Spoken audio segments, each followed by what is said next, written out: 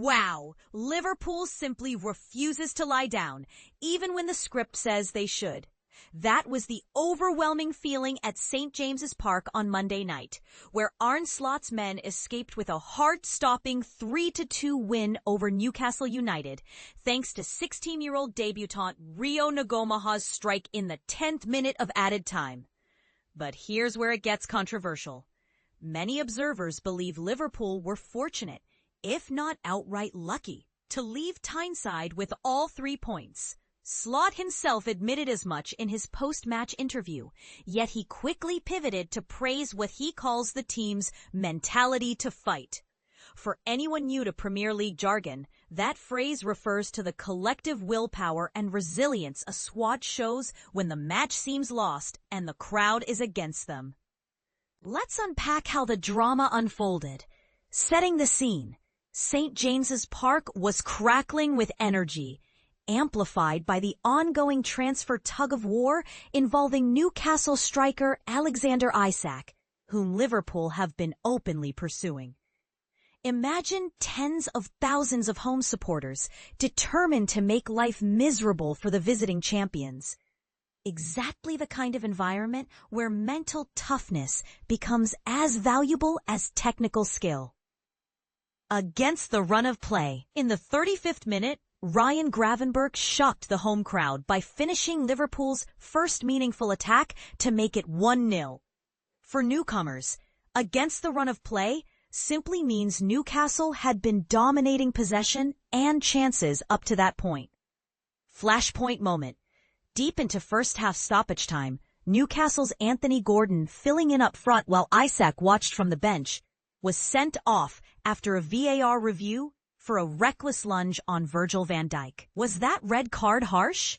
Some pundits say yes, others insist no. Slot certainly didn't mind. Rapid-fire second goal. Seconds after the restart, Hugo Ekitike doubled Liverpool's advantage. Newcastle fans winced extra hard because Liverpool had publicly flirted with signing the young Frenchman earlier in the summer. The 10-man comeback. Down 2 goals and a man, Newcastle somehow roared back.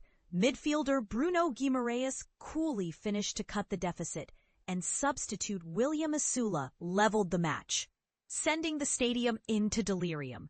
At this point, even die-hard Liverpool supporters feared a classic collapse.